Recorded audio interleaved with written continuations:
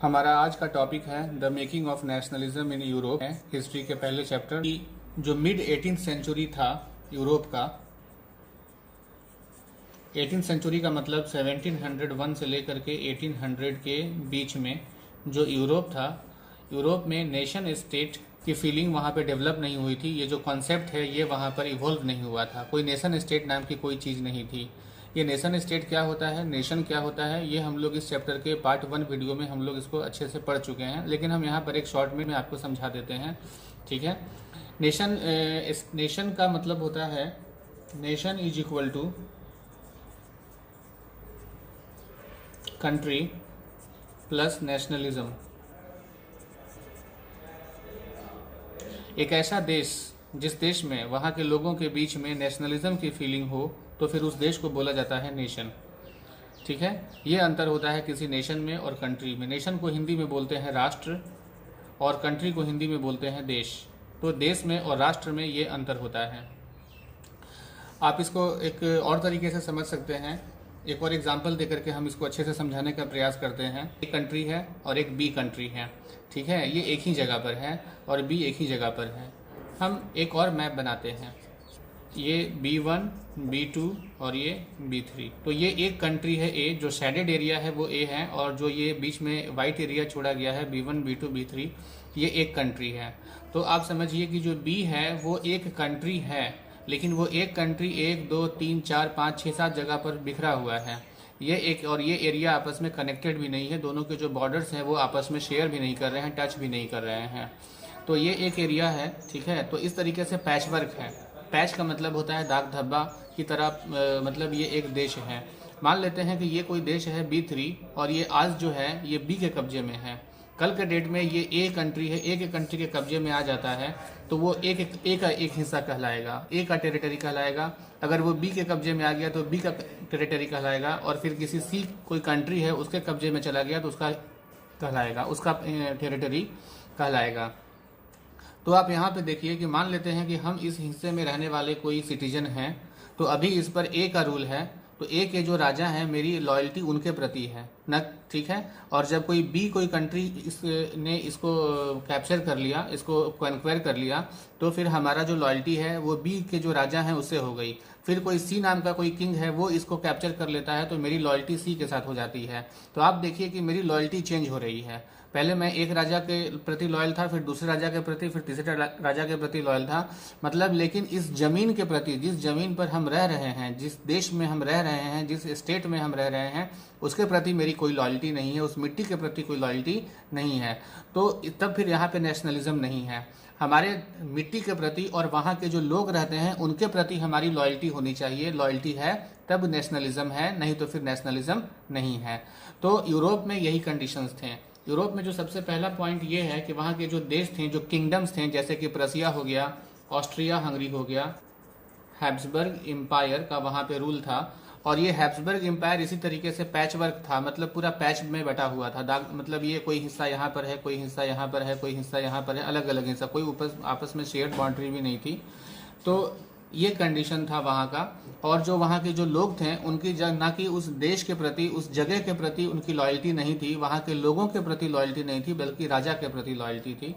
Point number 2 ये था कि दूसरी बात ये है कि ये B1 ये एक देश का एक हिस्सा है, तो यहाँ पर इटालियन भाषा बोली जा रही है, यहाँ पर जर्मन भाषा बोली जा रही है और यहाँ पर पोलिश भाषा बोली जा रही है। तो अलग अलग, एक तो एरिया जो टेरिटरी है वो बिखरा हुआ है, और बिखरा हुआ ही नहीं है, वो अलग अलग टेरिटरीज में अलग अलग लैंग्वेजेस बोली जाती हैं। मतलब डिफरेंट लैंग्वेजेस हैं, कॉमन लैंग्वेजेस भी नहीं है। यहाँ तक कि कल्चर भी डिफरेंट था वहाँ पर। ठीक है।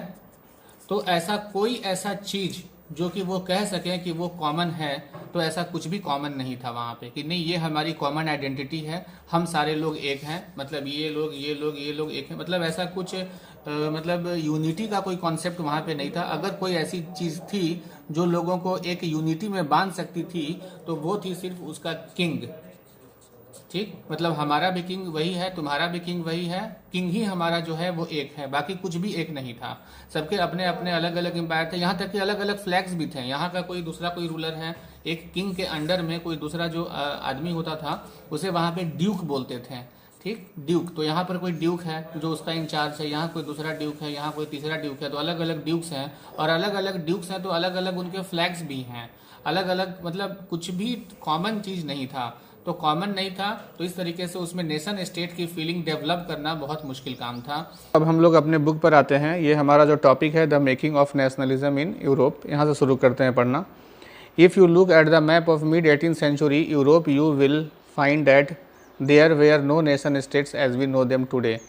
आज जैसा नेशन स्टेट्स है, आज का जो मैप देखिएगा यूरोप में जाकर के, तो वो नेशन स्टेट्स के आधार पर है, लेकिन जो पहले मिड 18th सेंचुरी में कोई नेशन स्टेट, जैसा कि मैंने अभी अभी आपको वीडियो में बताया कि नेशन स्टेट्स का कोई कॉन्सेप्ट वहाँ पर नहीं था। ठीक है, what we know today as Germany, Italy, Switzerland were divided into kingdoms, duchies and cantons. आज जो हमको दिखता है कि ये जर्मनी है, इतना दूर से इतना दूर तक लेकर ये जर्मनी का मैप है, ये इटली का मैप है, ये स्विट्ज़रलैंड का मैप है, ये सारे के सारे एक जगह पे नहीं थे, ये किंगडम्स में डिवाइडेड थे, डचीज़ में डिवाइडेड थे और कैंटोन्स में डिवाइडेड थे। यहाँ पर देखिए डचीज़ का मतलब क्या होता है, डचीज़ का मतलब होता है, और किंग के अंडर में बहुत सारे ड्यूक्स होते हैं जो कि अलग अलग टेरिटरीज़ को इंचार्ज होते हैं, उन्हें कहा जाता है ड्यूक, DUKE, ड्यूक बोला जाता है। और ड्यूक का फीमेल वर्जन को बोलते हैं, अगर ड्यूक मेल है तो उसको ड्यूक बोलेंगे, अगर फीमेल है तो उसको डचेस बोलेंगे। ठीक है, वही वहाँ पे डचेस लिखा हुआ है। ठीक है, तो ये वही यहाँ पे डचेस लिखा हुआ है। तो ये जो जर्मनी, इटली, स्विट्जरलैंड आज आपको दिख रहा है, ये किंगडम्स में बटा हुआ था, डचेस में बटा हुआ था और कैंटन्स में बटा हुआ था। कैंटन्स एडमिनिस्ट्रेटिव डिवीज़न होता है, कैसे हमारे यहाँ पर एक प्रोविंस है जो अलग अलग डिस्ट्रिक्ट में बटा हुआ है, तो आप कैंटन्स का मतलब डिस्ट्रिक्ट समझ सकते हैं और डचीज़ का मतलब आप यहाँ पे गवर्नर समझ सकते हैं। कैसे हमारे देश में अलग अलग प्रोविंसेस हैं और अलग अलग प्रोविंस के अलग अलग गवर्नर्स हैं, उसी तरीके से आप यहाँ भी समझिए। ठीक है, आगे बढ़ते हैं। Whose ruler had their autonomous territories. अब देखिए ये बोल रहा है कि एक किंगडम्स था जो अलग अलग जो कंट्रीज़ थे वो अलग अलग किंगडम्स में बटे हुए थे और उनकी अपनी ऑटोनोमस टेरिटरी थी, वो अपना अपना रूल्स अपना अपना तरीके से बना रहे थे। आगे देखते हैं। Eastern and central Europe were under the autocratic monarchies within the territories of which live diverse peoples. बोल रहा है कि एक ही टेरिटरी है, एक मोनार्क है, मतलब एक राजा है, और उसका जो टेरिटरी है, उसका जो साम्राज्य है, उसमें एक तरीके के लोग भी नहीं रहते हैं, उसमें अलग अलग भाषा बोलने वाले लोग रहते हैं और उनका अलग अलग कल्चर के लोग रहते हैं वहाँ। They did not see themselves as a sharing a collective identity और ए कॉमन कल्चर। उन लोगों के बीच में कोई कॉमन आइडेंटिटी नहीं थी, कोई कॉमन कल्चर नहीं था, सबके कल्चर अलग अलग थे। They even spoke different languages, सबके लैंग्वेजेस भी अलग अलग थे और सबकी एथनिक ग्रुप भी अलग अलग थी। एथनिक ग्रुप हम आपको पावर शेयरिंग वाले चैप्टर में पढ़ा चुके हैं, पॉलिटिकल साइंस का पहला चैप्टर पावर शेयरिंग में पढ़ा चुके हैं। ठीक। द हैब्सबर्ग एम्पायर, देखिए यहाँ पे लिखा है ये that rule over Austria Hungary.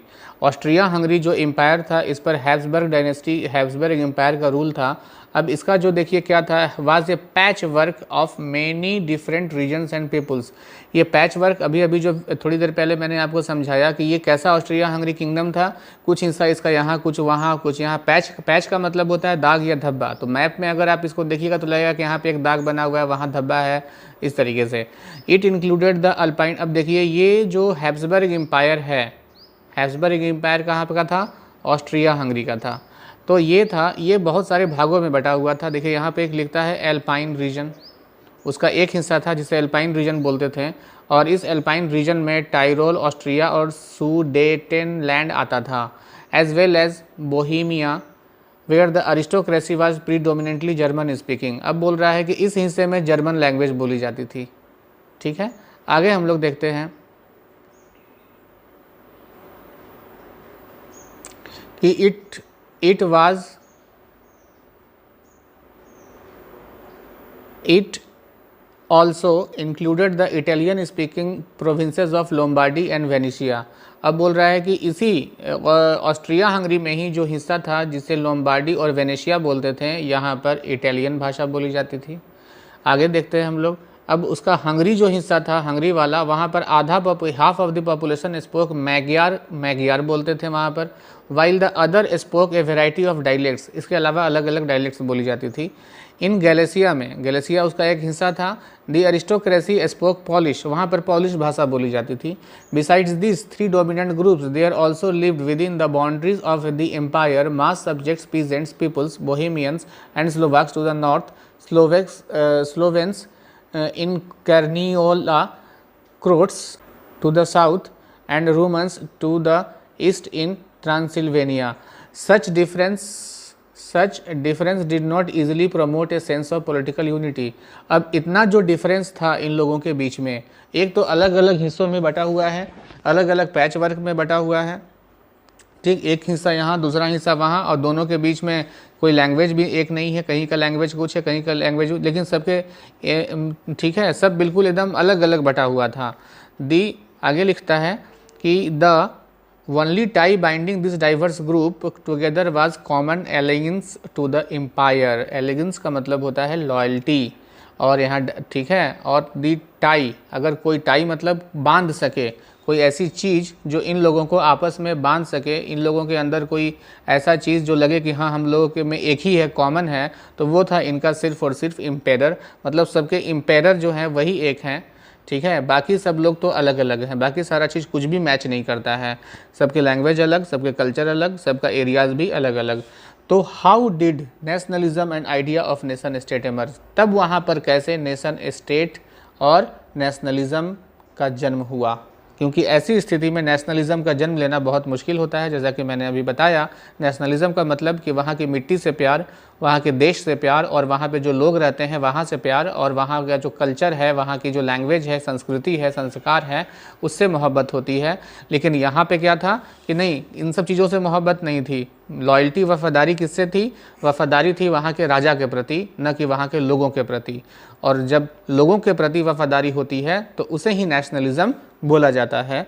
आगे देखते हैं हम लोग, वो है the aristocracy and the new middle class. Aristocracy का मतलब होता है ऊंचे जाति के लोगों के द्वारा जहाँ पर रूल होता है उसे अरिस्टोक्रेसी बोलते हैं, या जहाँ पर ऊंचे जाति के लोग जो हैं उनका डोमिनेंस होता है, उनका दबदबा होता है, उन्हीं के हाथ में सारे रूल्स होते हैं, रेगुलेशंस होते हैं, ठीक है, तो उसे अरिस्टोक्रेसी बोला जाता है. और new middle class, middle class का मतलब वैसा क्लास, यानी कि वैसा वर्ग जो ना ही बहुत ज़्यादा रिच है और ना ही बहुत ज़्यादा पुअर है, उसके अपने काम चलाने भर वो उसका इनकम हो जाता है. ठीक है, आइए हम लोग आगे देखते हैं. चलिए आइए पढ़ते हैं हम लोग आगे. Socially and politically A landed aristocracy was the dominant class in the continent. ये बोल रहा है कि यूरोप के किसी भी किंगडम में, किसी भी देश में, किसी भी राज्य में आप चले जाइए तो वहाँ पर अरिस्टोक्रेसी जो थी वो डोमिनेंट थी. मतलब उसकी वहाँ पे रंगदारी चलती थी, या उसके वहाँ पर बोलबाला था, उसी के सारी पावर्स उसी के पास हुआ करते थे. उसी तरीके से जैसे कि हमारे देश में जो ऊंचे जाति के लोगों के पास सारी पावर्स थी, और यही लोग जमींदार हुआ करते थे, जमींदारों के पास सारी ताकत थी, बिल्कुल उसी तरीके से यूरोप का भी यही हाल था. The members of this class were united by a common way of life that cut across regional divisions. अब ये जो एरिस्टोक्रेसी थी, इस एरिस्टोक्रेसी में कुछ कॉमन क्या था? एक ऐसा चीज़ जो सारे एरिस्टोक्रेट लोगों में, सारे ऊंचे वर्गों, ऊंचे जाति के लोगों में कॉमन हो, तो वो था इनका कॉमन वे ऑफ लाइफ. चाहे वो किसी भी एरिया के जमींदार हो, किसी भी एरिया के एरिस्टोक्रेट हो, इनका ठाठ बाट ही इनका कॉमन पहचान था. इसी से वो पहचाने जाते थे कि हाँ ये लोग तो भाई एरिस्टोक्रेट हैं. आगे देखते हैं. दे ऑन्ड स्टेट्स. यहाँ स्टेट्स का मतलब होता है, देखिए स्टेट्स के आगे में ई लगा हुआ है, ई लगा हुआ है यहाँ पर, तो स्टेट्स का मतलब होता है संपत्ति, जागीरदारी, ठीक है, प्रॉपर्टी, ये सब हो गया.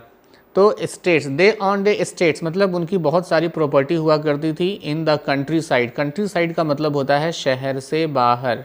कंट्री साइड का मतलब होता है किसी देश की कोई राजधानी होती थी, कैपिटल सिटी होता है, जैसे कि बिहार का कैपिटल है पटना, और पटना के बाहर के जो एरिया है यानी कि जो रूरल एरियाज़ है उसको कंट्री साइड बोलेंगे.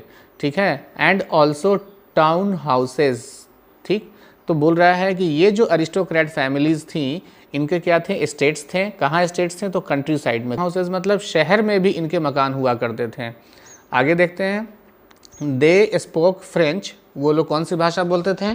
फ्रेंच भाषा बोलते थे.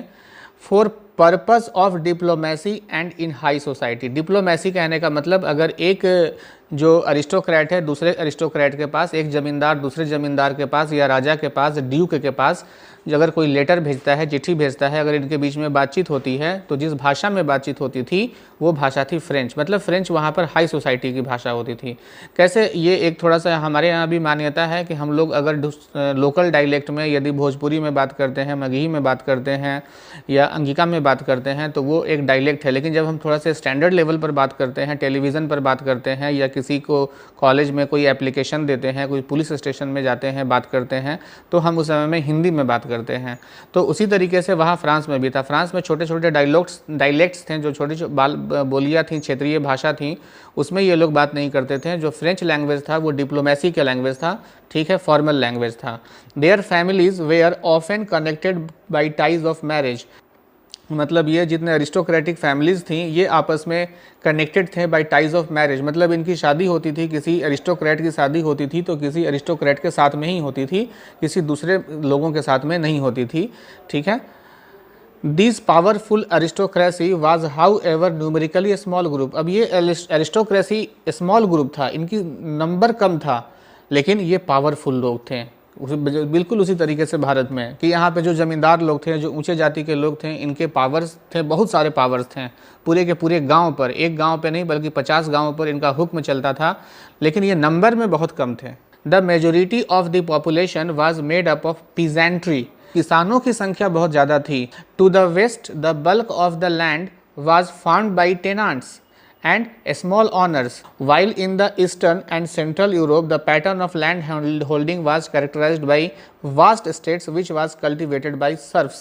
अब ये बोल रहा है कि जो वेस्ट और ईस्ट बोल रहा है, फ्रांस का जो हिस्सा है वो वेस्ट, यहाँ लिखा हुआ है वेस्ट, और फ्रांस का जो हिस्सा है वो है ईस्ट, ईस्ट या ईस्ट, ठीक है, ये यहाँ लिखा हुआ है ईस्ट। तो वेस्ट में जो हिस्सा था वहाँ पे क्या था कि टेनांट और स्मॉल ऑनर्स काम करते थे। मतलब किसान जो थे, छोटे किसान थे, उनका अपना अपना खेत था, छोटा छोटा खेत था, छोटे किसान थे, छोटे मालिक लोग थे। लेकिन ईस्टर्न हिस्सा में क्या था, वहाँ के जो मालिक लोग थे, जो लैंडलॉर्ड थे, उनकी लैंड होल्डिंग बहुत बड़ी थी, बहुत सैकड़ों एकड़ में उनके जो थे उनके खेत हुआ करते थे, उनकी प्रॉपर्टी हुआ करती थी।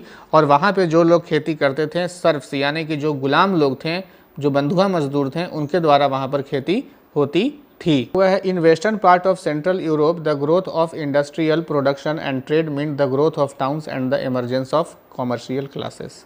तो यहाँ पे 3 बात लिखी गई है, वो ये है कि इंडस्ट्रियल प्रोडक्शन लिखा हुआ है। मतलब जब कारखाने खुलने लगे तो शहरीकरण होने लगा, अर्बनाइजेशन होने लगा, और जब अर्बनाइजेशन होने लगा तो जो कॉमर्शियल क्लासेस है, बिजनेस क्लासेस है, एक नया जो वर्ग है, बिजनेसमैन का जो वर्ग है, उस वर्ग का उदय हुआ। whose existence was based on production of the market। ठीक है, तो जितना प्रोडक्शन होता जा रहा था, बाज़ार फैलते जा रहा था, और बाज़ार फैल रहा था तो बिजनेसमैन की संख्या बढ़ते जा रही थी, तरह तरह के बिजनेस उभर करके सामने आ रहे थे।